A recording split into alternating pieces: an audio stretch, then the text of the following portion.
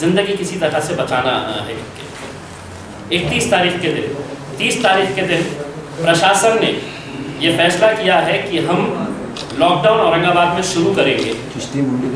31 तारीख के दिन दोपहर 3 बजे पैठन गेट से पूरे नियमों का पालन करते हुए एक एक व्यक्ति मास्क लगाए हुए हम पैठन गेट से जिलाधिकारी, तो हम ये कहाँ से करेंगे करके वो सेक्रेटरी साहब जो थे जिन्होंने ये सवाल किया है ये जब पगार कौन देना, तो हमारा ये सवाल है इस बजट के अंदर 400 करोड़ रुपए बाल ठाकरे साहब के स्मारक के लिए दिए गए हैं। बजट के अंदर 400 करोड़ रुपए। तो आज इस राज्य के अंदर आपको क्या चाहिए? हॉस्पिटल चाहिए, और अगर हॉस्पिटल बन के इमारत तैयार है तो वहाँ पर डॉक्टर्स चाहिए, नर्सिंग स्टाफ चाहिए, दूसरे लोग चाहिए। अब हमारे सामने एक सवाल है कि या तो इनके लॉकडाउन को मानो, घर में बैठ जाओ, इधर पीछे खामोश बैठो, बाहर चल जाओ,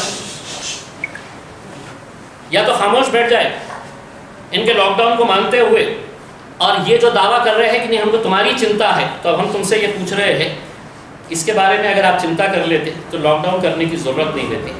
आज अगर 2013 के अंदर तुमने जगह दे दिए होते तो आज 200 बेड का हॉस्पिटल हमारा तैयार हो गया होता।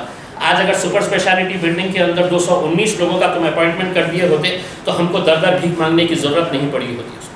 आज अगर 2019 के आयुष हॉस्पिटल के अंदर अगर किसी भी गरीब बस्ती के अंदर, किसी भी इलाके की गरीब बस्ती के अंदर अगर 30 बेड का हॉस्पिटल वहाँ पर अगर तैयार कर देते तो वहाँ पर हमारे को आज ये हालत नहीं होती है। ये हालत तुमने तैयार की है, सरकार ने तैयार किया है, और आज यही सरकार कह रहा है कि नहीं हमको तुम्हारी चिंता है, तुम घर में बैठो। अब हम घर में बैठेंगे नहीं। तुमने के जितना करना था, तुमको जितना समय देना था, 1 साल बहुत समय होता है। अगर तुम करना चाहते तो 1 साल के अंदर कर लेते। नरेंद्र मोदी साहब से सीखिए, या ऐसे मौके के अंदर नरेंद्र मोदी साहब का देखिएगा कितना अच्छा वो है उनका कि लोग मरे, जिनको मरना है मरे, कोरोना से मरे, कैसे भी मरे। मुझे लोकसभा की पार्लियामेंट की नई बिल्डिंग बनाने का है, हज़ारों करोड़ रुपए की, और मैंने वो काम शुरू कर दिया, और काम ऐसा शुरू करा हूँ कि अक्टूबर 2022 तक, अगले साल दिन और रात 24 आवर्स वो पार्लियामेंट की बिल्डिंग का काम शुरू है।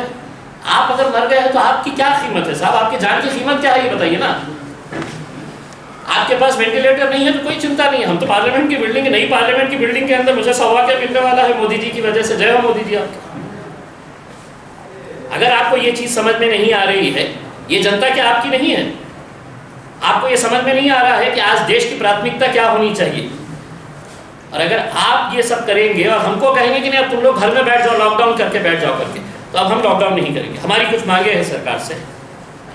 वैसे भी कोरोना जो है तो इलेक्शन के राज्यों में क्यों नहीं आ रहा है मुझे आज भी समझ में नहीं आ रहा। मतलब मैं बिहार गया था, गुजरात गया, पश्चिम बंगाल, आसाम, वेस्ट बंगाल, तुम्हारा केरला, तमिलनाडु, यहाँ पर कोरोना कहाँ गायब हो जाता है? क्या सेटिंग है? या तो मोदी साहब के साथ है या किसके साथ है पता नहीं है, लेकिन वहाँ पर नहीं होता है। आप वहाँ के विजुअल्स उठा के देख लीजिएगा। अमित शाह के साथ की रैली के अंदर विदाउट मास्क के उन्होंने भी घूम रहे हैं ट्रक के अंदर, ऐसा हाथ बताते हुए। इसमें वो हाथ ऐसा बता रहे हैं कैसे उल्लू बना रहा मैं तो देखो देशवासी हूँ, तुमको मास्क पहना रहा है और मैं यहाँ पर टहल रहा हूँ करके मेरी पार्टी के लिए। उसके क्रिकेट मैच भी हो रहे थे, यहाँ पे फोटो आई है अभी, गवर्नमेंट के बहुत सारे अधिकारी जो है वो पूना के अंदर बैठ के तो मैच देख रहे थे करके। अब हम ये अगर सरकार अगर ये मांग कर रही है कि हमको लॉकडाउन करना बहुत ज़रूरी है, तो साहब 150 आप फूड स्टॉल्स प्रशासन की तरफ से खोलेंगे।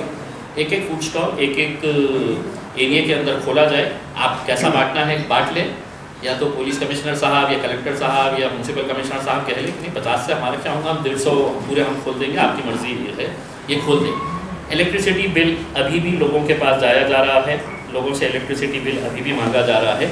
इसके बारे में कुछ ना कुछ तो भी फैसला कर लें कि हम ये 10 दिन बैठेंगे तो हमारे घर का भी पंखा जलेगा, फिर आप लाइट का बिल बढ़ेगा, फिर आप आएंगे हमारे पास हम काट देंगे करके। जो छोटे मोटे दुकानदार है, वो छोटे मोटे दुकानदार को रोज़ है तो कहीं ना कहीं किराया देना पड़ता है। अगर किसी ने ये लिया है डेली के ऊपर भी देना पड़ता है, किसी को 300, किसी मुझे है तो कोई कन्नड़ से फ़ोन करता है, कोई गंगापुर से, साहेब माझा दररोज 300 रुपये किराया भाड़ा मला द्यावा लागतं, मी 4 दिवस दुकान बंद ठेवली तर साहेब माझा सगळं महिन्याचा मी कशा पोट भरू करके। ये डेली इस तरह के फ़ोन आते हैं। आप बंद कर रहे हैं, बंद करिएगा। ये लोगों का जितना भी बंद के पीरियड का किराया रहेगा वो प्रशासन अपनी तरफ से बेयर कर ले, कोई बहुत बड़ी रकम नहीं है। आप तो एक एक छोटी छोटी चीज़ के लिए 400-400 करोड़ रुपए दे देते हैं, तो आपको कोई चिंता नहीं होनी चाहिए इसमें।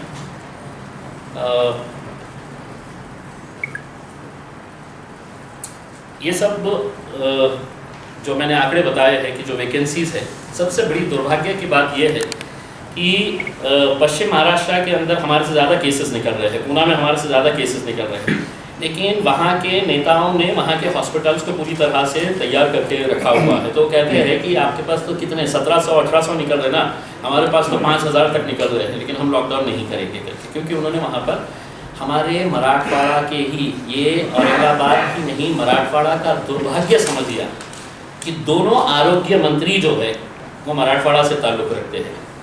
एक अमित देशमुख साहब जिनके पास आरोग्य डिपार्टमेंट है, और दूसरे राजेश टोपे साहब जो हमारे पड़ोस के अंदर मराठवाड़ा के अंदर रहते हैं। तो दोनों आरोग्य मंत्री मराठवाड़ा के रहने के बावजूद भी अगर इतनी सारी पोस्ट अगर खाली है, तो अब आप बताइए हमने क्या करना है। अब हम खामोश नहीं बैठेंगे। और पिछले कल जब से ये नोटिफिकेशन निकला है, आप अगर लोगों की मांग अगर देखेंगे, चाहे वो सोशल मीडिया के ऊपर देखिए, मतलब नॉन स्टॉप लोगों के फ़ोन आ रहे हैं कि साहब ये वो देव न कर। हम चाहते हैं कि कोरोना ख़त्म होना चाहिए, लेकिन अगर आप सिर्फ 8 दिन के अंदर ये करेंगे और उसके बाद फिर हमको और 4 साल है तो सुपर स्पेशलिटी की बिल्डिंग खाली पड़ी रहेगी, हॉस्पिटल के अंदर कोई अपॉइंटमेंट नहीं होगा, कोई रिक्रूटमेंट नहीं होगा, तो वैसी ही परिस्थिति रहने वाली है। मरने वाले लोग जो है वो सिर्फ कोरोना से मरे नहीं हैं, आपकी गलतियों की वजह से भी मरे हैं, क्योंकि किसी को वेंटिलेटर नहीं मिला, किसी को बेड नहीं मिला। आपने वो तस्वीरें देखी होंगी कि एक एक बेड के ऊपर 3-3 लोग बैठे हुए हैं, 3-3 लोग जिनके ऊपर ये लगा हुआ है ऑक्सीजन का। कहाँ है वो तस्वीरें हैं क्या? लेके आइए। तो वो लोग जो है वो कौन है? वो कोई गरीब लोग है ना उसमें, उनके बारे में कोई बात करेगा नहीं करेगा। ये आप लोगों ने फोटो देखे होंगे मेरे हिसाब से, सबने देखे होंगे। तो ये इसके बारे में किसी ने तो सोचना चाहिए ना। अब ये 30 तारीख से है तो ये वो करने चाह रहे हैं। मैं औरंगाबाद की जनता से हाथ जोड़कर ये अपील करना चाह रहा हूँ, कल हो सकता है ये कोरोना हमारे घर में भी आ जाए, हमारे परिवार को भी परेशान करे। जिसके पास पैसा है वो प्राइवेट हॉस्पिटल के अंदर चले जाएगा, लेकिन वो गरीबों के बारे में भी सोचना पड़ेगा जो इन सरकारी अस्पतालों के अंदर जाता है और वहाँ पर उसको पता चलता है कि बेड अवेलेबल नहीं है। किसी की माँ फर्श के ऊपर पड़ी हुई है, किसी की बहन है तो किसी के साथ है तो एक बेड के ऊपर पड़ी हुई है, क्योंकि उनकी सबकी जद्दोजहद जो है वो अपनी जान बचाना है।